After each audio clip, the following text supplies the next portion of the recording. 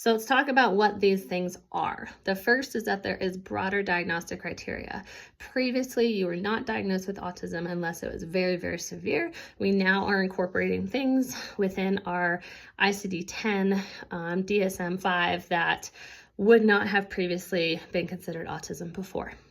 We also have diagnostic substitutions occurring. You never really hear Asperger's anymore, and that's because that has been kind of swallowed into the autism. There's no longer a difference between autism and Asperger's. They are the same thing, just to what degree of autism do you qualify for.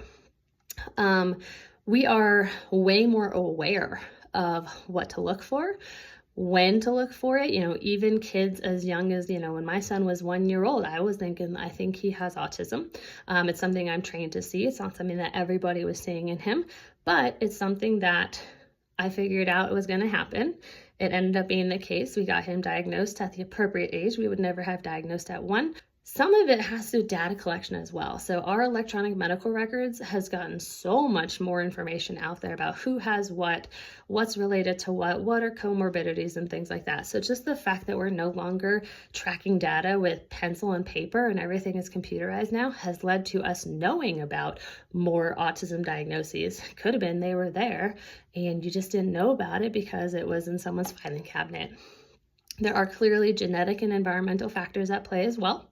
And because of increases in medicine, we have babies, neonatal babies, who are the survival rate for those who are born early are much higher, which I think most people would argue is a very good thing. But within being born early, that means that the brain development was less, the body development was less. They had shorter time to develop, and therefore they are more likely to have diagnoses such as autism. So that is why the numbers are higher. It is not because women take Tylenol when they're pregnant. They can't take anything else. Just let them have their freaking Tylenol. And I can guarantee you that if there were a link between the two, I think there would be a lot more cases of people with autism, because that's the only thing that pregnant women can take. It's the only pain medicine they're allowed. Can't have Advil.